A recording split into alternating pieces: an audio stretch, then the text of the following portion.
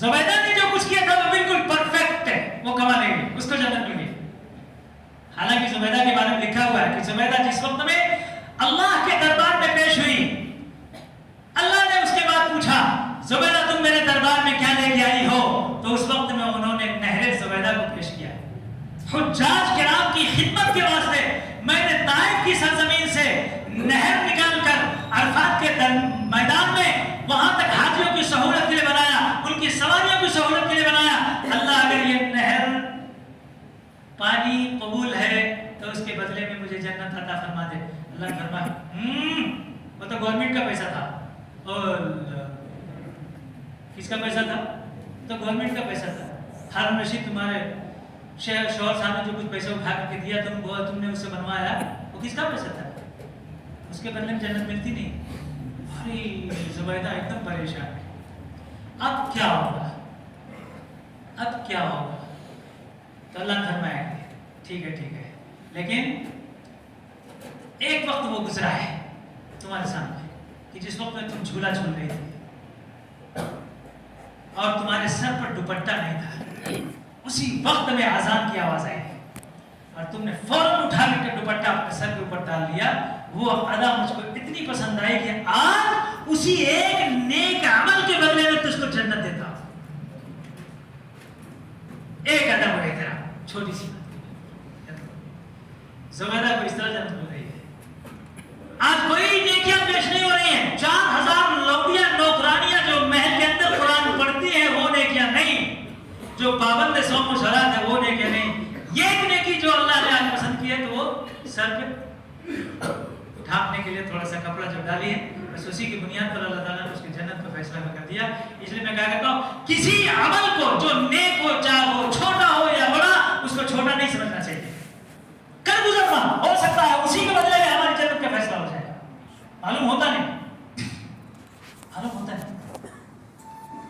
اس لیے کبھی کبھی مجذوب بننے میں ہی عافیت ہوتی ہے۔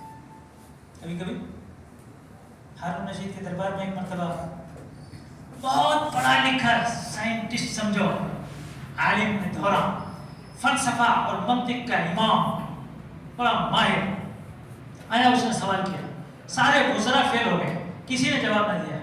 ہارون رشید کو ایک دم غصہ اور کہنے لگا جے تم لوگ کہیں کیا انسان، بڑے حضرت بنتے ہو، بڑے جاندار بنتے ہو، ہمارے وزیر بنتے ہو، اس ایک آدمی کے سوال کے جواب میں اتنی بڑی مجلس پوری کی پوری طفل مکتب بن کر رہ گئی، مکتب کے بچوں سر کا تم جواب نہیں دے سکے؟ کھاتے ہو میرا، دھرما لیتے ہو مجھ سے، اور ایک سوال کا جواب نہیں بن پڑتا تمہارے سے۔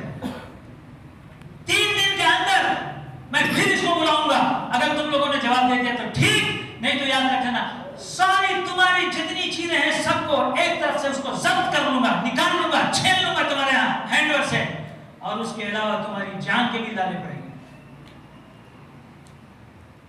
اب وزیر پریشان، کیا کرنا۔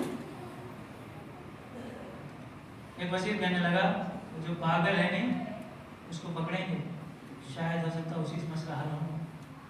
فلسفی صاحب کی ہوا اکھاڑنا ہے تو وہی کام ہے، ہمارے بس کا نہیں۔ سب بھاگے گئے بولون دانا کے پاس۔ بولون دانا ایسا آیا ہوا فلسفی، بڑا ہیوی سوال کرتا ہے، اس کا جواب بن پڑتا نہیں ہے، اب کیا کرنا؟ مجبور ہم رشید کا اچھا ٹھیک میں آتا ہوں، دربار میں آتا ہوں۔ مجلس لگی، دربار لگا، فلسفی صاحب بلائے گئے، اور اس کے بعد بلانے کے بعد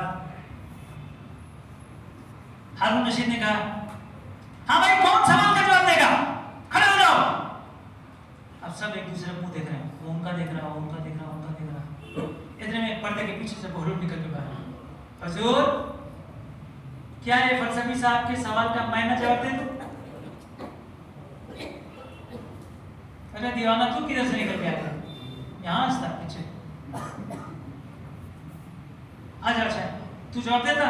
ہاں، آپ کی طرف سے نہیں، ان سب کی طرف سے بھی میں ان کو جواب دوں گا، ان کو جواب میں دوں گا۔ چلو صاحب کیا سوال کرنا کرو۔ فلسفی صاحب کھڑے ہوئے اور زائچہ بنایا، نقشہ ادھر ادھر یہ جب بنا چکے کہنے لگے